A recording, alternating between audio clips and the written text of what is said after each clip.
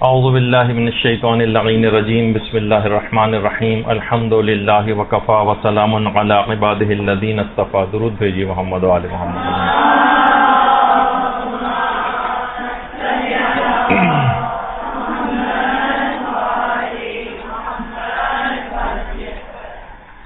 آج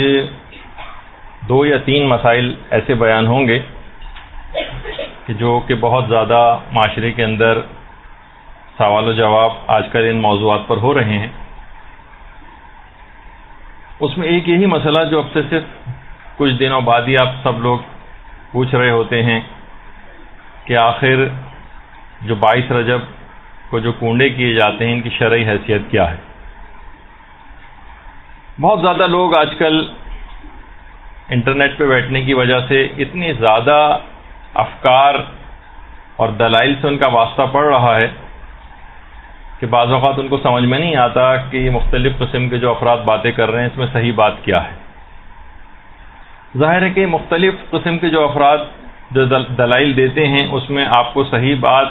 انہی کی ماننا ہے کہ جو کہ ہمارے علماء اور مجتہدین کا جو نظریہ ہے وہ اس سلسلے میں کیا کہتے ہیں.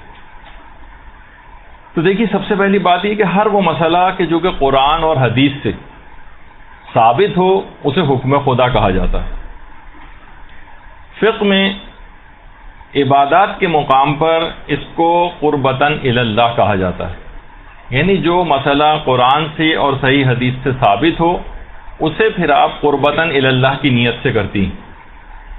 قربتاً الی اللہ کے معنی اللہ سے قریب ہونا نہیں ہے فقہ میں، بلکہ اس کے معنی ہے حکم خدا کی بجا آوری میں. اچھا، اب حکم خدا آپ کو کہاں سے ملے گا؟ یا تو قرآن سے ملے گا یا صحیح حدیث سے ملے گا. یہ بات سمجھ لیجئے کیونکہ اس سے بہت سارے مسئلے آپ لوگوں کے حل ہو جائیں گے. صرف کنڈو ہوئی کی حد تک بات نہیں ہے، اور بھی بہت سارے مسئلے اس سے حل ہو سکتے ہیں. یا تو قرآن سے ملے گا آپ کو یا آپ کو صحیح حدیث سے ملے گا. اچھا، اب کیسے پتہ چلے گا کہ کون سی حدیث صحیح ہے؟ انٹرنیٹ وغیرہ کے اوپر یا جو لوگ بیٹھتے ہیں تو بعض افراد صرف حدیث پیش کرتے ہیں جس حدیث کے شروع میں فقط امام کا نام لکھا ہوا ہوتا ہے. لوگ سمجھتے ہیں امام کا نام لکھا ہوا ہے بس یہ حدیث صحیح، بس اس کے اوپر عمل کرنا. امام کا نام کسی بھی حدیث کے شروع میں لکھا ہونے سے وہ حدیث صحیح نہیں ہو جاتی. یہ دیکھنا پڑتا ہے کہ واقعی امام نے یہ بات کہی بھی ہے یا نہیں کہی. راوی کون سا ہے اس کا، کس کتاب کے اندر ہے، اس راوی وہ جو راوی ہے وہ ثقہ راوی ہے بھی یا نہیں، اس کے الفاظ حدیث کیا ہیں، اس سے ٹکرانے والی کوئی اور روایات موجود ہیں یا نہیں ہیں. اس حدیث کا قرآن سے تو کوئی ٹکراؤ نہیں پایا جاتا ہے. علماء نے اس سلسلے میں کیا دلائل جو ہے وہ پیش کیے ہیں، اس حدیث کے الفاظ کا صحیح مفہوم کیا ہے. یہ سب چیزیں کیا کوئی عام آدمی چیک کر سکتا ہے حدیث کی؟ ہرگز نہیں چیک کر سکتا. اور جو یہ چیک کرتا ہے، جو پروسیس اس کی چیکنگ کا کہلاتا ہے، اسے اجتہاد کہا جاتا ہے. یعنی کوئی مجتہد ہی ان احادیث کو سمجھ سکتا ہے کہ ان کا مفہوم کیا ہے، ان کی شرعی حیثیت کیا ہے.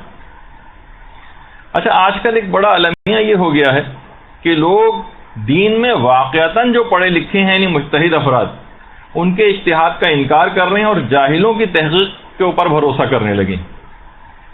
یعنی جو جاہل افراد اجتہاد کر رہے ہیں، بس کوئی بھی حدیث 3 4 5 حدیث کتابوں کے ریفرنس کے ساتھ دے دی، بس اس کو آتھینٹسٹی اس کی سمجھی جاتی. اور علماء اور جو مراجع ہیں ہمارے، ان کے اجتہاد کو چھوڑ دیا جاتا ہے. تو بہرحال اب ایک اور مسئلہ جو ہوا جس کی وجہ سے بہت مصلحت شناس جو ہمارے علماء تھے، انہوں نے اس بات کو پسند نہیں کیا تھا، خاص طور پر فقہی مسائل کی جو روایات کی حدیثوں کی جو کتابیں ہیں ان کی اردو تراجم کو. کہا کہ بہتر تو یہی تھا کہ ان کے اردو ترجمے نہ کیے جاتے یہاں کے جاہل معاشرے کی وجہ سے، ورنہ تو کتنی بھی زبانوں کے اندر احادیث کے ترجمے ہو جائیں، لیکن جو فقہی مسائل کی کتابیں ہیں ان کی تراجم جو ہیں اردو زبان کے اندر یہاں پر پسندیدہ شمار نہیں کیے گئے، کیونکہ جاہل معاشرہ بغیر کسی تفصیل میں جائے وہ صرف حدیثوں کو لیتا ہے اور بس اس کے اوپر عمل جو ہے وہ شروع کر دیتا ہے. یا یہ اس کو سوچتا ہے کہ یہ بات مجتہد کا فتویٰ اس کے برخلاف بھی اگر نظر آتا ہے. جب یہ بہت سارے سازشی عناصر نے لوگوں کو مجتہدین سے برگشتہ کرنے کے لیے باقاعدہ انٹرنیٹ پہ پوسٹ لگانی شروع کر دیں یہ دیکھیے کہ امام نے مثلاً حرام قرار دیا ہے مور کو اور جو ہے شتر مرغ کو مثلاً، اور آغا سیستانی ہے ان کے نزدیک شتر مرغ اور مور جو ہے وہ بالکل حلال ہے. اس کا مطلب ہے کہ یہ لوگ امام معصوم کے خلاف جو ہے وہ فتاوے دیتے ہیں. اب اس کی اتنی دقیق بحثیں ہیں کہ یہ چیز جانور کیسے حلال کیے جاتے ہیں، کیسے حرام سمجھے جاتے ہیں، کسی ایک حدیث کو دیکھ کر تو فیصلہ نہیں ہوتا ہے. تو یہ مسئلہ اس کے اندر بہت زیادہ شد و مت کے ساتھ آیا کہ مجتہد کی ساری زندگی کی جو زحمتیں ہیں وہ اسی بات پر ہوتی ہیں کہ وہ حدیثوں کی پرکھ رکھتا ہے، کون سی حدیث صحیح ہے، کون سی حدیث غلط ہے، اس کے پیچھے دلائل کیا ہیں، امام کی نے جو حدیث کہی ہے اس کے الفاظ کیا ہیں. لیکن کون ہے ایسا جو ان کے دلائل کو جا کر سنے، نہ پڑھتا ہے نہ اس میں کوئی صلاحیت ہے. مجتہدین اگر دلائل کو نقل بھی کریں تب بھی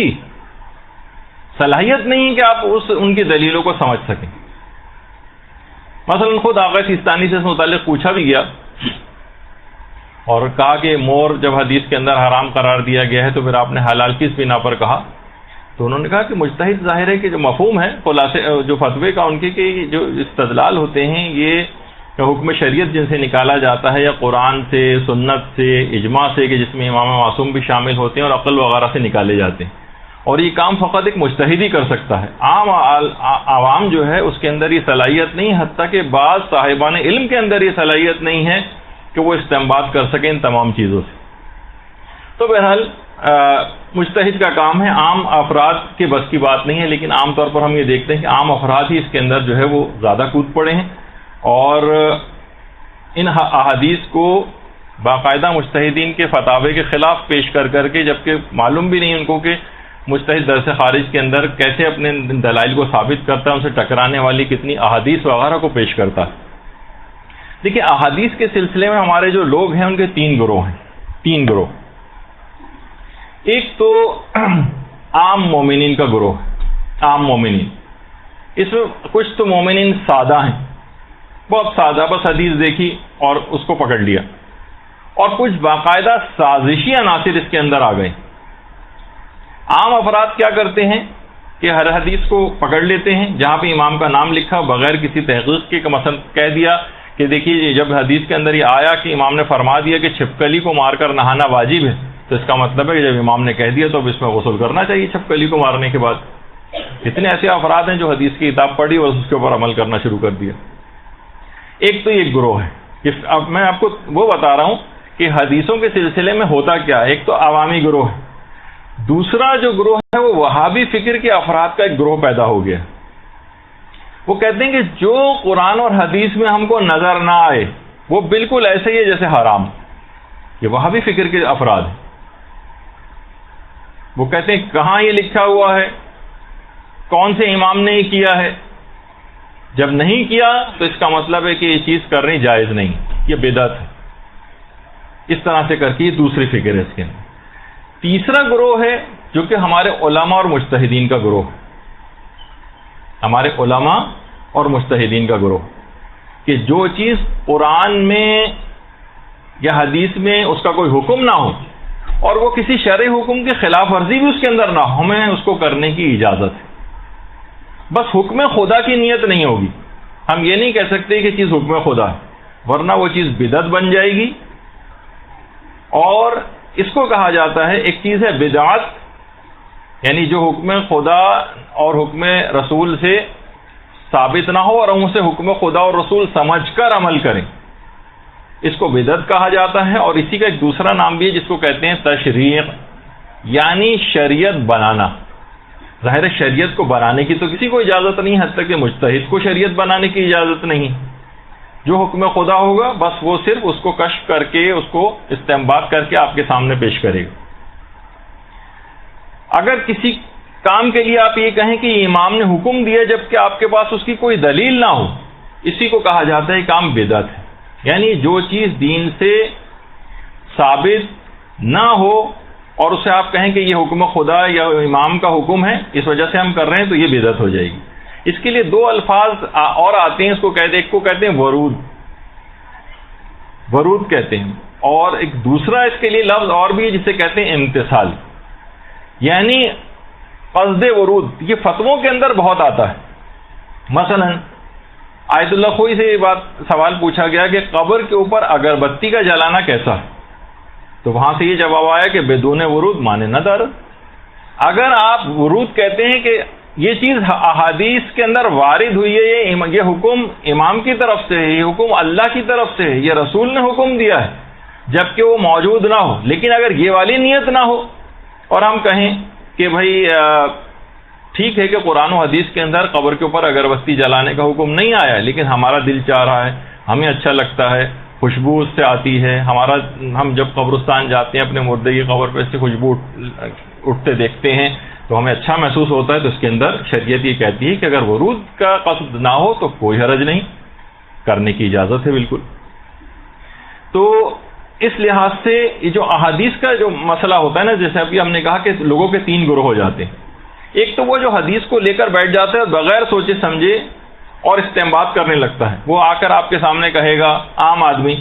کہ بھائی آپ کہہ رہے ہیں کہ سید جو ہے وہ غیر سید سے عام صدقات وغیرہ لے سکتا ہے، سوائے اس سے صدقہ واجب نہیں لے سکتا یا توہین والا صدقہ نہیں لے سکتا،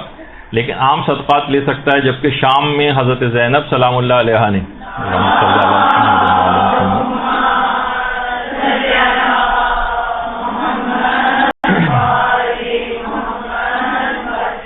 صدقے کے قرمے لینے سے انکار کر دیا تھا،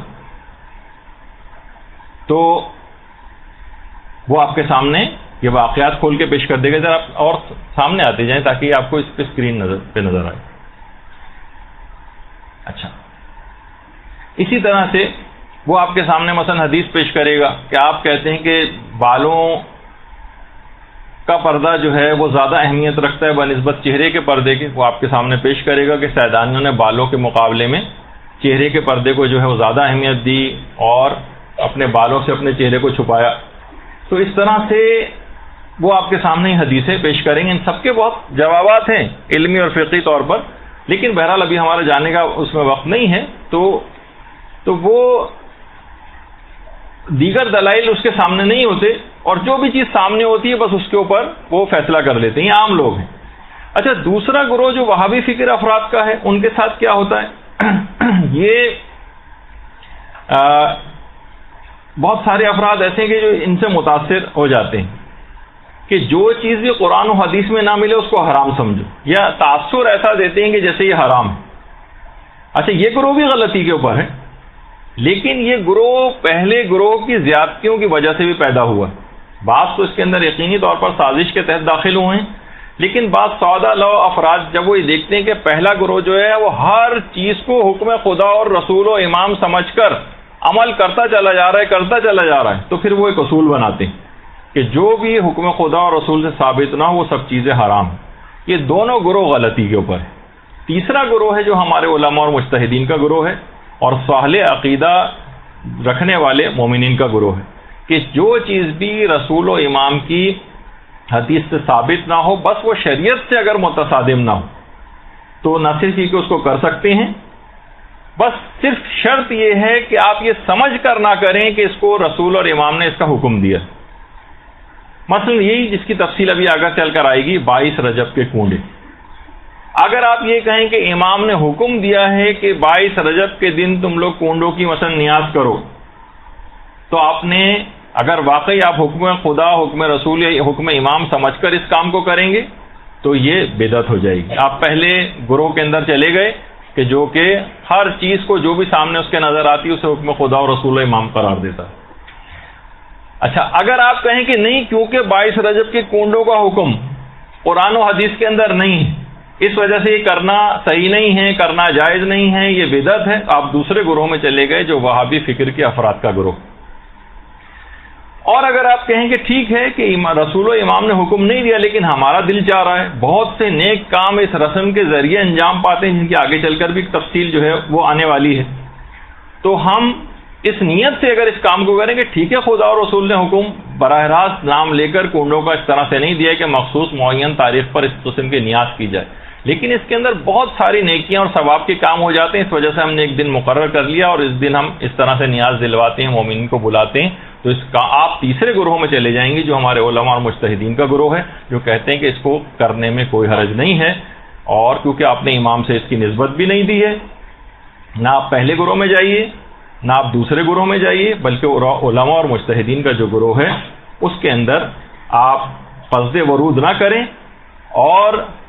نیاز اس انداز سے کریں تو اس کے اندر کوئی حرج نہیں۔ اب مسئلہ سارا یہ ہے کہ عمل آپ کے سامنے باقی رہ گیا ہے، نیت دماغوں سے نکل گئی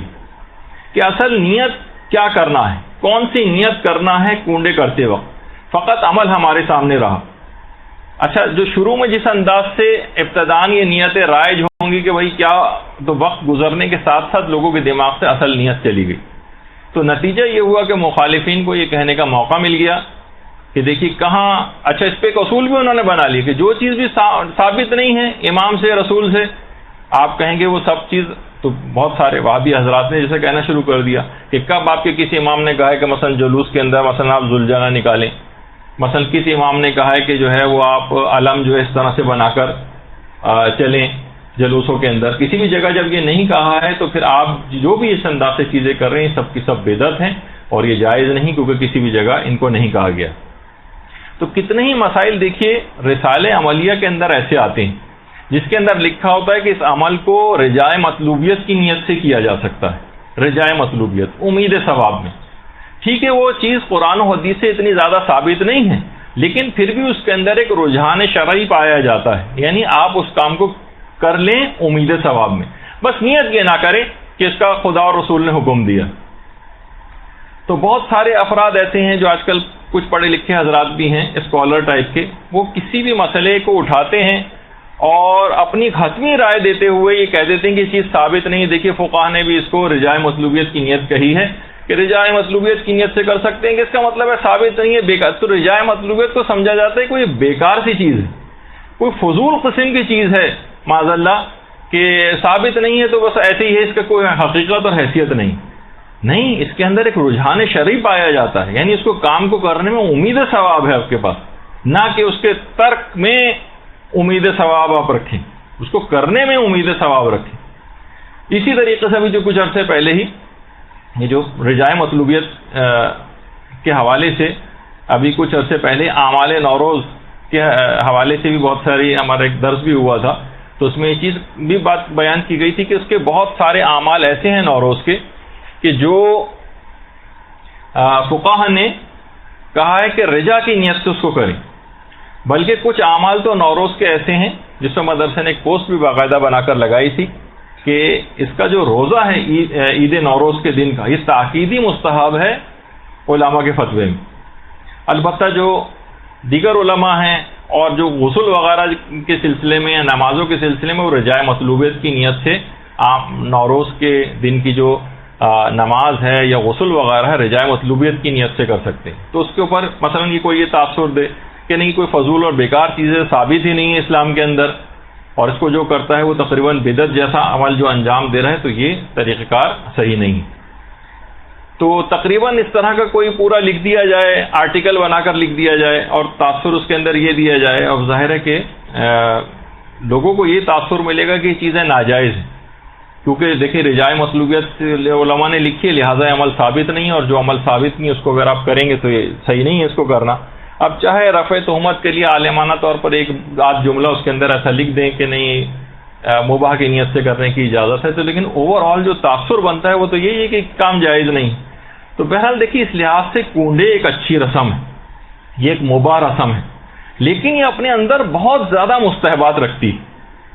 جیسے عزاداری کے متعلق کہا جاتا ہے کہ عزاداری اگرچہ مستحب ہے، مگر جیسے کہ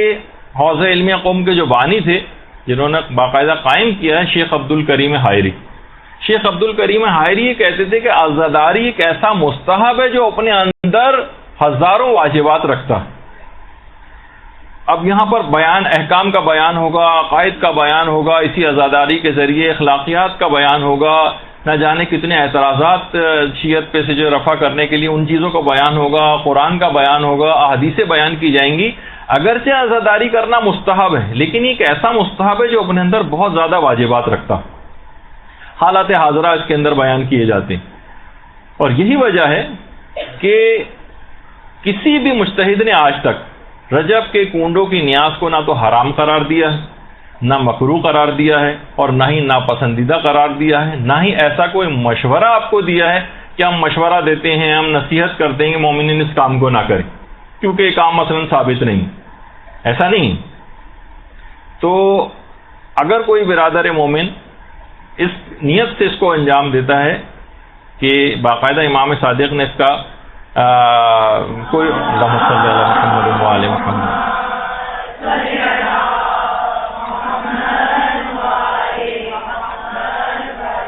کسی کی بھی نیت نہیں یہ نہیں ہوتی، کسی سے بھی آپ پوچھ لیں، باقاعدہ سروے کر کے پوچھ لیں کہ لوگوں سے جا کے پوچھیں کہ کیا آپ اس نیت سے کر رہے ہیں کہ باقاعدہ امام صادق نے حکم دیا ہے، تو لوگ کہیں گے نہیں، ہم ان کے نام پر کھلا رہے ہیں،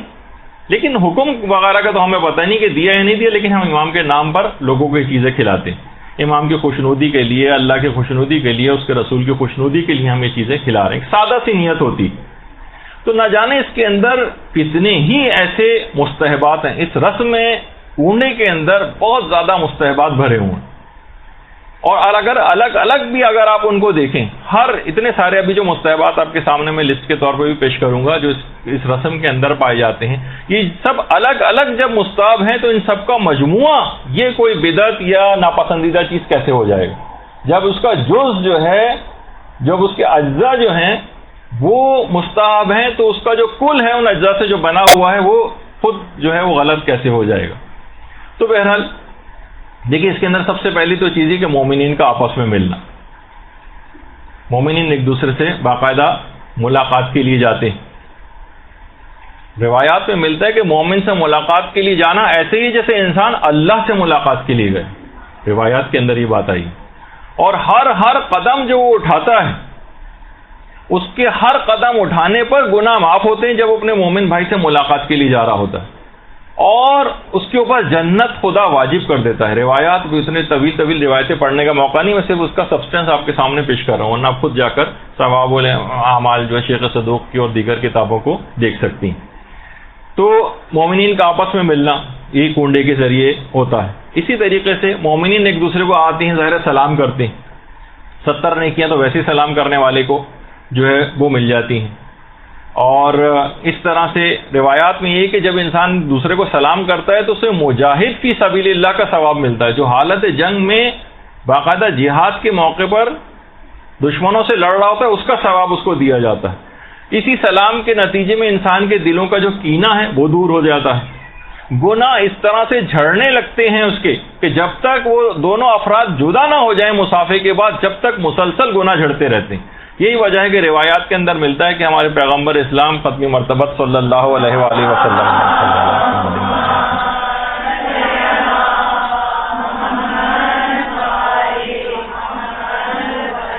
پیغمبر اسلام اس وقت تک مصافحے کے بعد اپنا ہاتھ اس وقت تک نہیں ہٹاتے تھے جب تک کہ دوسرا شخص اپنے ہاتھ کو نہیں کھینچ لیتا تھا، یعنی جس وقت تک وہ مصافحہ کرتے رہتے ہیں مسلسل ان کے گناہ جو ہے وہ جھڑتے رہتے ہیں۔ ہماری تعلیم کے لیے پیغمبر اس طرح سے کیا کرتے تھے۔ تو مصافحے کے اعتبار سے بھی یہی بات ہے کہ مومنین آپس میں ایک تو سلام کرتے ہیں، اس کے بعد مصافحہ کرتے ہیں۔ مصافحے کے اندر بھی آپ نے دیکھا کہ دلوں سے کینہ دور ہو رہا ہے، اور جو ہے وہ اتنا زیادہ جو ہے ثواب اس کے جو ہے وہ دیے جا رہے ہیں۔ اسی طریقے سے اچھا مصافحے انسان واقعی دلوں کا کینہ سے دور ہوتا ہے، روایتوں کے اندر جب یہ بات بیان کی گئی، البتہ وہ سیاسی قسم کا مصافحہ نہ ہو جس کے اندر کچھ اور طرح کا دل میں خیالات ہوتے ہیں اور بظاہر ہاتھ ملایا جا رہا ہوتا ہے۔ اچھا پھر اس کے بعد جو اگلا جو اس کے اندر مستحب ہے کہ مومنین کا آپس میں معانقہ کرنا اور گلے ملنا۔ دیکھیے اچھا جب وہ جاتے ہیں تو معانقہ ہوتا ہے، اور بہت سے عالم حضرات کہتے ہیں کہ جب کنڈے کھا کے واپس آ رہے ہوتے ہیں تو پھر مباتنہ ہوتا ہے، پیٹ اتنا پھول چکا ہوتا ہے کھانا کھانے کے بعد پھر گلے ملنے کے بجائے پیٹ آپس میں ملتے ہیں ان کے۔ تو بہرحال اب یہ ہے کہ یہ خود روایات کے اندر یہ بات آئی ہے کہ مومنین کا آپس میں گلے ملنا، اس سے بھی جتنی دیر وہ گلے ملتے ہیں اتنی دیر مسلسل ان کے گناہ جھڑتے رہتے ہیں۔ تو اس کے اندر یہ والی چیز بھی ہوتی ہے عام طور پر جب کنڈوں میں جاتے ہیں کسی کے ہاں تو اس طرح سے۔ اسی طرح سے پھر مومنین کا کھانا کھلانا، کسی بھی مومن کو کھانا کھلانا، روایت میں یہ بات آئی ہے کہ ایک مومن کو بھی اگر انسان کھانا کھلاتا ہے تو اس کا ثواب اتنا ہے کہ جیسے 1,00,000 لوگوں کو کھانا کھلانے کے برابر۔ تو کتنے لوگ کنڈوں کی اس رسم کے اندر آتے ہیں کھانا کھا کر جاتے ہیں، اور ایک روایت میں یہ بھی ہے کسی مومن کو کھانا کھلانے کا ثواب ایسے ہی جیسے تمام انبیاء، پیغمبر اور تمام صدیقین کو اس نے کھانا کھلایا. تو دیکھیے کتنا زیادہ اس کے اندر ثواب ہے. اسی طرح سے پھر مومن کو شیرینی کھلانا. شیرینی کھلانا، اب معلوم ہے کہ لنچ ٹائم پہ ایسی تصویریں آپ لوگوں کو نہیں دکھانی چاہیے، لیکن بہرحال یہ کہ کنڈے کی بات ہو رہی ہے تو اس میں کیسے ممکن ہے کہ یہ سب تصویریں جو ہیں وہ نہ دکھائی جائیں آپ کو. تو شیرینی کھلانے کا اتنا ثواب ہے کہ روایات میں ہے کہ جو شخص کسی مومن کو شیرینی یا میٹھی چیز کو ہی کھلاتا ہے تو سکرات موت سے اس کو نجات مل جاتی. سکرات موت کے وقت کی جو سختیاں ہیں وہ اس کے اوپر سے بالکل نہیں ہوں گی، جو جس وقت حالت احتضار ہوتی. کتنا زیادہ کروشل اور کتنا زیادہ سخت ترین مرحلہ ہے سکرات موت کا، کہ عرفاء کے دل ٹکڑے ٹکڑے ہو جاتے ہیں. اس موقع پر ہی فیصلہ ہو جاتا ہے اکثر چیزوں کا، جس وقت سکرات موت کی کیفیات طاری ہوتی ہیں. تو اس موقع پر جتنی بھی سختیاں ہوں گی وہ مومن کو شیرینی کھلانے سے خوشنودی خدا کی خاطر اگر یہ والی نیت ہو تو انسان جو ہے اس عظیم ثواب اور فائدے کو جو ہے وہ حاصل کر لے گا. اچھا، اسی طرح سے مثلا مومن کو پانی پلانا. پانی پلانے کا بہت زیادہ ثواب، اس میں پانی بھی آ کر پیا جاتا ہے. روایتوں میں ہے کہ جنت کے جو رحیق مختوم جو چشمہ ہے وہاں سے اس کو سیراب کیا جائے گا. اور روایت میں یہ بھی ہے کہ سب سے پہلے قیامت کے دن سب سے پہلے جس عمل کا اجر آپ کو دیا جائے گا اور فائدہ وہ پانی پلانے کا ہے. یعنی دیگر تمام اعمال آپ کے ایک طرف ہو جائیں گے اور سب سے پہلا جو ثواب آپ کو دیا جائے گا، سب سے پہلا فائدہ اعمال کا دیا جائے گا وہ آپ پانی پلانے کا. روایت کے اندر یہ چیز آئی. اور ایک روایت میں یہ بھی کہ اگر کوئی شخص کسی کو پانی پلاتا ہے تو جنت کے تمام دروازے اس کے لیے کھول دیے جائیں گے کہ جس دروازے سے چاہے اندر داخل ہو جائے. دیکھیے یہ سب بھی کنڈوں کے اندر ہوتا ہے. یعنی اس کے اجزاء اگر آپ دیکھیں الگ الگ تو کتنی زیادہ آپ کو ثواب ملتا ہے. اسی طرح سے مومن کا اکرام کرنا، اس کی عزت کرنا. یعنی پیغمبر نے باقاعدہ وصیت کی تھی، امیر المومنین کی وصیت تھی، شہزادی فاطمہ تو زہرا سلام اللہ علیہ کی وصیت تھی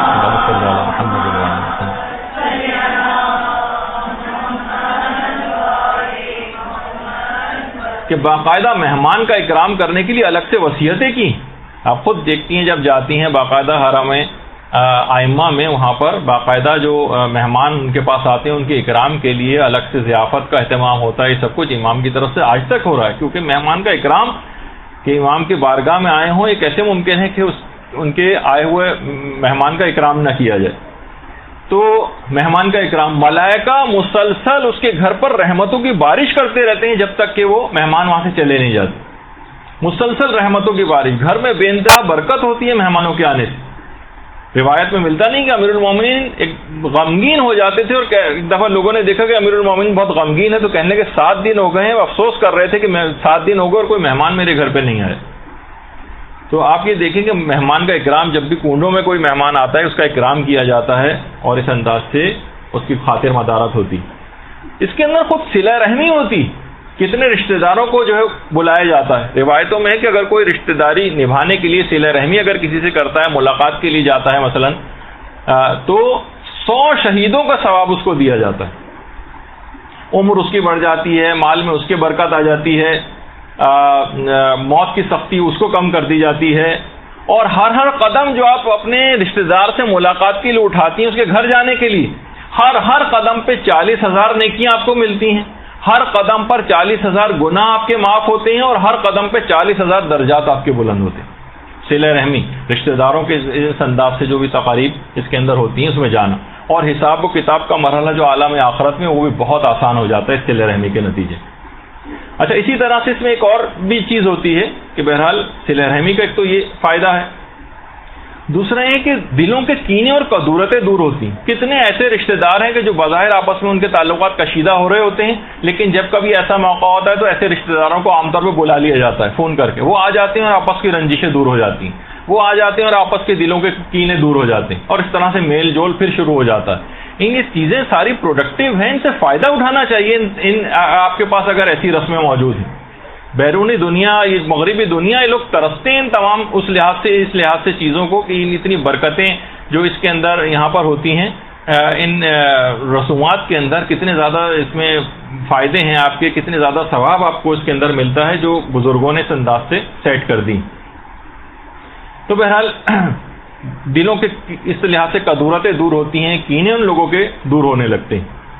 اچھا، اسی طرح سے مومن کو مثلا دعوت دینا، اس کا اب اتنا وقت نہیں کہ ہر ایک کے ثواب بتایا جائے، مومن کو دعوت دینے کا الگ ثواب ہے، پھر مومن کی جو دعوت ہے اس کو قبول کرنے کا الگ ثواب ہے، مومن کی دعوت کو قبول کرنا۔ جب یہ ہے کہ مومن کی دعوت کو قبول کرنے کے لحاظ سے وہ مستحب روزہ توڑا جا سکتا ہے، مومن کے دل کی خوشی کے لیے اگر وہ افطار کرنے کے لیے کوئی چیز پیش کرتا ہے اور آپ کا مستحب روزہ ہے تو آپ توڑ سکتی ہیں، توڑنے میں ثواب ہے۔ البتہ ہمارے استاد محترم کہا کرتے تھے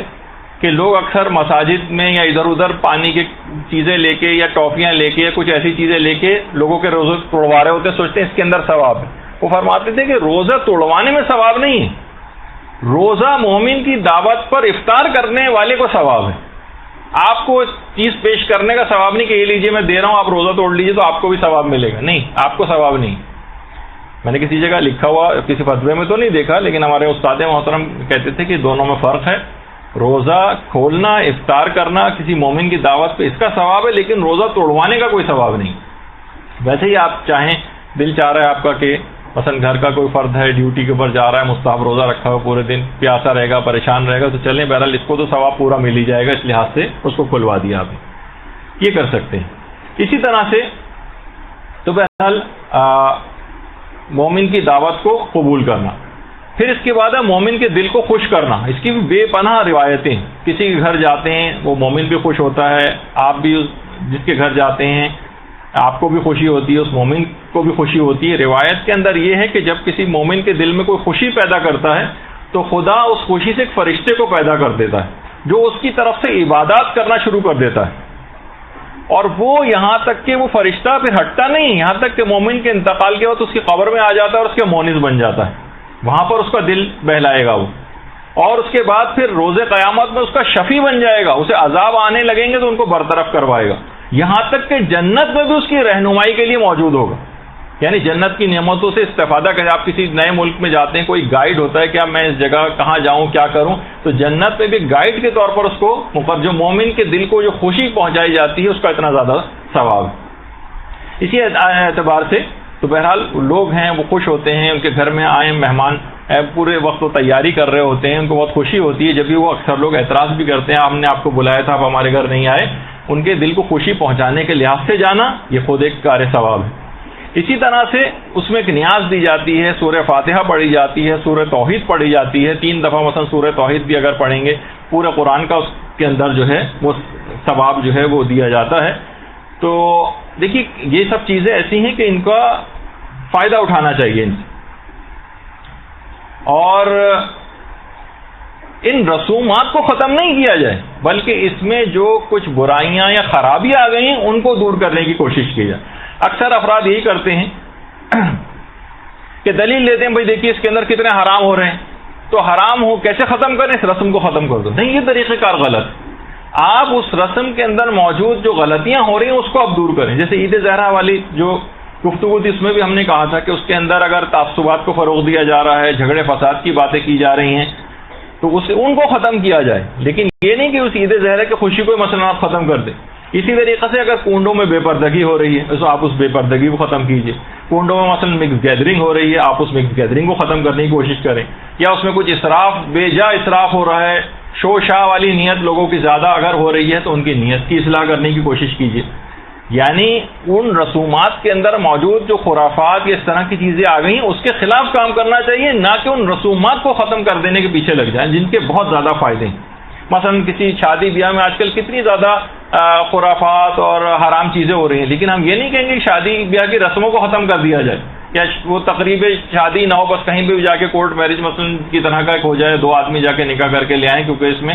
نہیں، آپ ان جو چیزیں ایسی رسمیں ہو رہی ہیں اس کے اندر اس کو آپ کو روکنے کی کوشش کرنی چاہیے، نیتوں کی اصلاح کروائیں۔ تحریر و تقریر کا زیادہ زور لوگوں کی نیتوں کی اصلاح کے اوپر ہو، نہ صرف یہ کہ ہم پورا ثابت کریں اس کو ایسا کہ یہ کام کرنے جائز نہیں ہے اور پھر ایک آدھ لائن لکھ دیں کہ بہرحال چلیں مباح تو ہے لیکن لوگوں کو اس کا جو ہے خیال کرنا چاہیے۔ تو آپ دیکھیے کہ لوگوں کی ایک بہت بڑی اکثریت ان رسومات کی وجہ سے دین سے اٹیچ ہوئی ہوئی۔ دیکھیے اس کے اندر جو ایک راز کی بات ہے، جو ایک اہم بات ہے، لوگ جس کو نظر انداز کر دیتے ہیں کہ ان رسومات کے ذریعے ہی لوگ دین کی بہت بڑی تعداد ان رسومات کے ذریعے دین سے اٹیچ ہے۔ اگر آپ ان رسومات کو ختم کر دیں، کتنے اہتمام لوگ اپنے گھروں کے اندر کرتے ہیں، ایک ماحول گھر کے اندر ایک مذہبی ٹائپ کا جو ہے وہ ہو جاتا ہے، ان کی ایک اکثریت لوگوں کی دین سے اٹیچ ہے۔ ہمارے ساتھ یہ کہ ہم نے ان تقریبات سے فائدہ نہیں اٹھایا۔ اب آپ دیکھیے کہ مثلا اگر وہاں پر ایران کے اندر کوئی اس طرح کی کوئی تقریب منعقد ہوتی ہے تو وہاں پر بہت سی جگہوں کے اوپر لوگوں نے یہ رائج کیا ہوا کہ مثلا کوئی زیارت، جو بھی وہاں لوگ آئیں گے سب زیارت پڑھیں گے، مثلا کوئی بھی چیز مثلا ان کو دے دی جائے، کوئی دعا سب لوگ وہاں پر اجتماعی طور پر مل کے پڑھیں۔ اس تقریب یا ہمارے یہاں تک یہ نہیں ہے، لوگ آتے ہیں، بیٹھتے ہیں، کھانا کھاتے ہیں اور چلے جاتے ہیں۔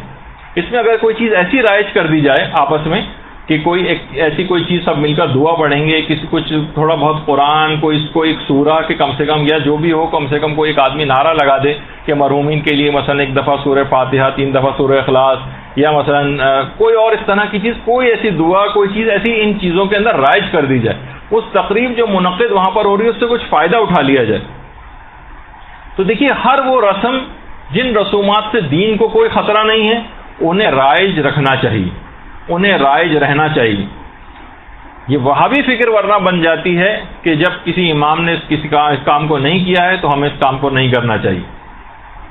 اور دیکھیے ہمیں کوئی حرام چیز اس سے حلال نہیں کرنی ہے، لیکن جو حلال مباح اور جائز چیزیں ہیں بلکہ مستحبات سے بھرپور چیزیں ہیں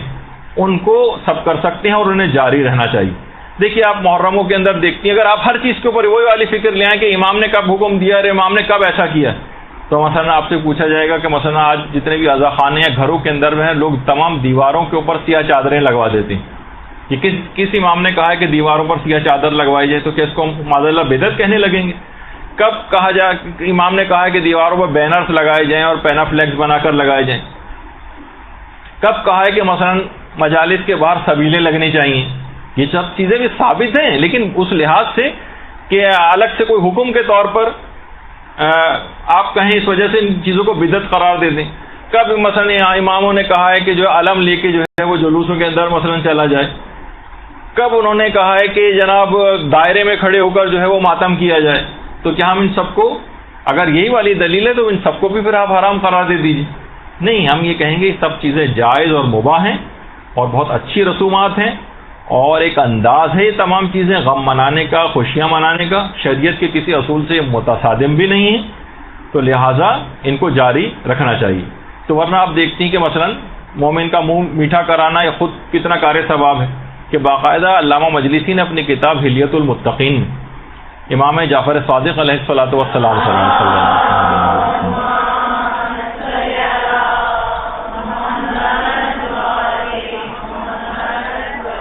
باقاعدہ روایت ان سے نقل کی کہ امام اکثر ایسی دعوتیں کیا کرتے تھے، اس میں عمدہ روٹیاں ہوتی تھیں، نفیس فیرینی کھلایا کرتے تھے اور لذیذ حلوہ کھلایا کرتے تھے لوگوں کو۔ اور امام فرماتے تھے خدا جب ہمیں فراخی عطا کرتا ہے تو ہم بھی فراخ دلی سے لوگوں کو کھلاتے ہیں، اور جب کم میسر ہوتا ہے تو اس میں ہم بھی کفایت کرتے ہیں، بس جتنا ہوتا ہے اتنا کھلا دیتے ہیں۔ تو اسی طرح سے یہ جو کہا جاتا ہے نا کہ دسترخوان امام حسن علیہ الصلوۃ والسلام،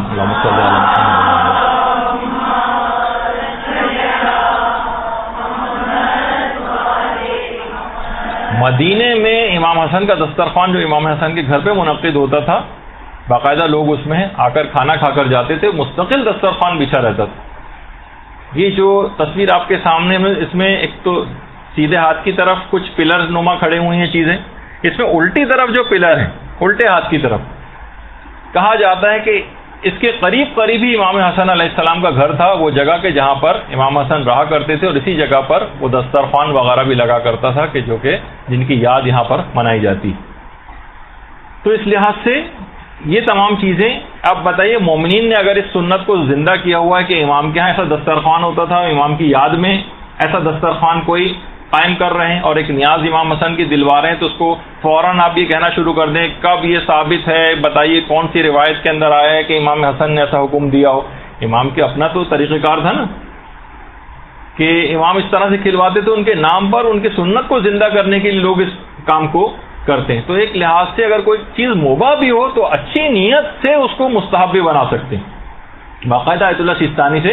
ایک استفتاء بھی کیا گیا تھا، تو آغا سیستانی نے اس میں فرمایا تھا کہ عمل کا ثواب انسان کی نیت اور قابلیت پر منحصر ہوتا ہے، ممکن ہے کہ ایک عمل مباح بھی ثواب کا باعث بن جائے. آپ کی اگر نیت اچھی ہے اس کام کو کرنے کے لیے، پانی اس وجہ سے پی رہی ہیں، کھانا اس وجہ سے کھا رہی ہیں تاکہ میں تبلیغات زیادہ کروں، میرے جسم کے اندر توانائی پیدا ہو جائے، تو یہی مباح چیز کار ثواب بن جائے گی. تو یہ آپ کی اپنی صلاحیت کے اوپر ہے کہ آپ مباح چیزوں کو کیسے مستحبات کے اندر تبدیل کر دیتے ہیں. یہ بھی کار ثواب بھی چیزیں بن جاتی ہیں، تو مباح چیزوں کو بھی تبدیل کیا جا سکتا ہے. تو اسی لحاظ سے مثلا جو لوگ یہ کہتے ہیں کہ جناب ٹھیک ہے جب یہ نیاز کبھی بھی ہو سکتی ہے تو آپ نے 22 رجب کا دن ہی اس کے لیے کیوں فکس کیا ہوا ہے؟ بھائی کبھی بھی ہو سکتی ہے نا، تو 22 رجب کا فکس کیوں کیا ہوا ہے؟ تو دیکھیے اس وجہ سے کیا ہوا ہے کہ امیر المومنین کا خود یہ جملہ ہے کہ اپنے امور کو منظم کرو، ان کی وصیت ہے باقاعدہ. تو کسی بھی اچھی رسم کے اجرا کے لیے اگر اس کی کوئی تاریخ خود سے مقرر کر لی جائے تو اس میں کیا قباحت والی بات ہے؟ دیکھیے محرم کتنا ایام اعضاء کتنے طویل چلتے ہیں محرم میں، لیکن ابتدائی جو 10 دن ہیں عاشورہ ہے، 10 دن کے بعد کیا آپ کا کوئی غم کم ہو جاتا ہے؟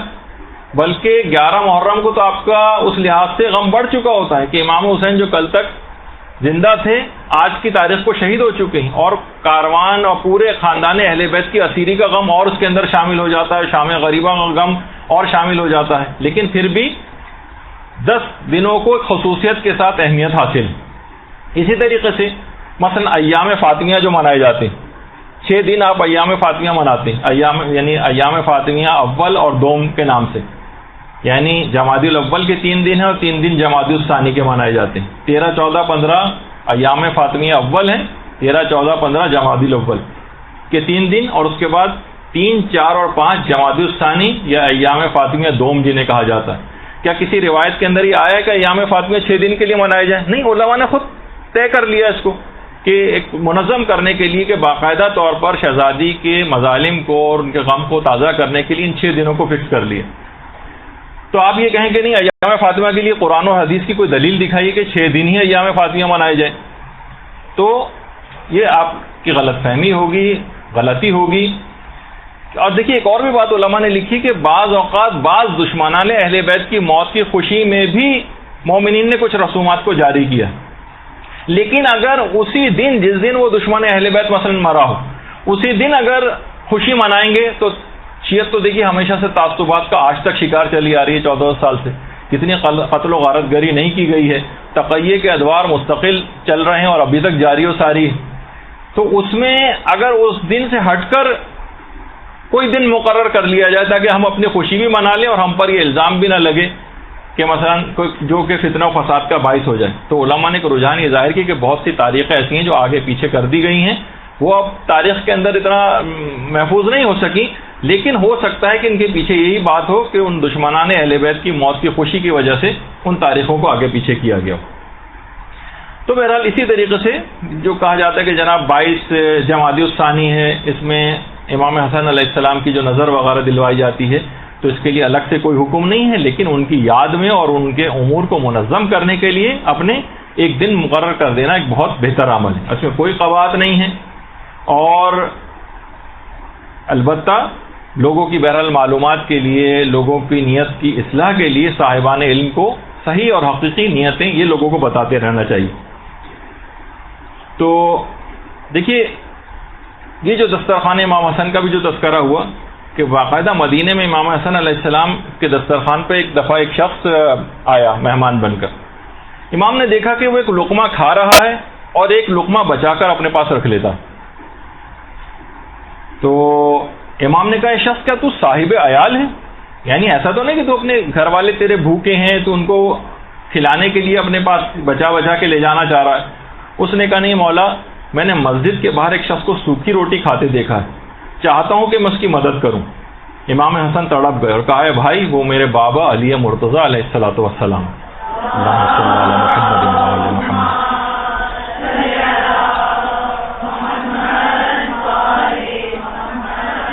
ان کی زندگی کا یہی معمول ہے. ہم اہل بیت جو دنیا کو کھلاتے ہیں وہ کچھ اور ہوتا ہے، اور جس پر ہم خود زندگی گزارتے ہیں وہ کچھ اور ہوتا ہے. ہمارے لیے نعمتوں کا دسترخوان پروردگار عالم نے آخرت میں بچھایا. تو بہرحال یہ خاص نیت کے لحاظ سے اس رسم کے حوالے سے کچھ باتیں عرض کرنا تھی. البتہ جو لوگ اس میں کچھ سوالات پوچھتے ہیں، چند ایک دو چار باتیں، وہ کوئی فقہی مسئلے تو ظاہر ہے نہیں ہے، لیکن لوگ پھر بھی اس لحاظ سے پوچھتے ہیں اس کو کہ مثلا کیا بہت سی جگہوں کے اوپر یہ نیاز فقط جو ہے وہ مرد کھا سکتے ہیں، حضرت زہرا کی نیاز جس پہ دلائی جائے وہ مثلا فقط عورتیں کھا سکتی ہیں؟ ایسا شریعت کے اندر کوئی مسئلہ نہیں ہے، کسی کے لیے بھی کوئی نظر اور نیاز دلوائی جائے وہ سب کھا سکتے ہیں، یہ کوئی فقہی مسئلہ نہیں۔ پھر ایک سوال پوچھا جاتا ہے کہ ایام یہ عورتوں کے جو مخصوص ایام ہوتے ہیں اس میں عورتیں کیا اس قسم کی نظر بنا سکتی ہیں، پکا سکتی ہیں؟ تو جواب ہے کہ جی ہاں پکا سکتی ہیں۔ کیا وہ ایسی نظر کھا سکتی ہیں ان مخصوص ایام میں؟ جی ہاں کھا بھی سکتی ہیں۔ کیا کسی غیر شیعہ کو یہ نظر کھلائی جا سکتی ہے، غیر مومن کو؟ تو جواب ہے کہ جی ہاں کھلائی جا سکتی ہے۔ ایک جگہ سے اٹھا کر اس کنڈے کو کسی دوسری جگہ لے جایا جا سکتا ہے؟ جی ہاں لے جایا جا سکتا ہے۔ پلیٹوں میں اگر کچھ تھوڑا بہت سالن یا اس طرح کی نیاز والی چیزیں بچ جائیں جو کہ پھینکنے کے عام طور پر قابل ہوتی ہیں، اس کو رکھا نہیں جاتا، کہ ان کو پھینک سکتے ہیں؟ جی ہاں پھینک سکتے ہیں۔ تو بہت ساری چیزیں ایسی ہیں کہ جس میں ایسا کوئی فقہی مسئلہ نہیں ہے، لیکن ہم نے اس کو اس انداز سے سمجھ لیا ہے کہ گویا جیسے کہ کوئی فقہی مسئلہ ہو۔ تو بہرحال یہ ایک بات ہماری مکمل ہوئی کہ ایک مسئلہ کہ کنڈوں کی جو شرعی حیثیت ہے وہ ایک بہترین رسم ہے، اس کو جاری رکھنا چاہیے۔ اس میں جو نیتوں کی جو اصلاح ہے اس کی آپ لوگوں کی نیتوں کی اصلاح کر دیں اگر کوئی حکم امام سمجھ کے کر رہا ہے، اور اس کے اندر بہتری لانے کے لیے اس میں کوئی ایسی چیزیں کا ایڈیشن کر دیں کہ یہ اور زیادہ پروڈکٹیو یہ والی رسم ہو جائے اور اسلام کی تبلیغ کے لیے اس کو مزید کارآمد بنایا جا سکے۔ برحمتک یا ارحم الراحمین وصلی اللہ علی محمد وآلہ الطاہرین۔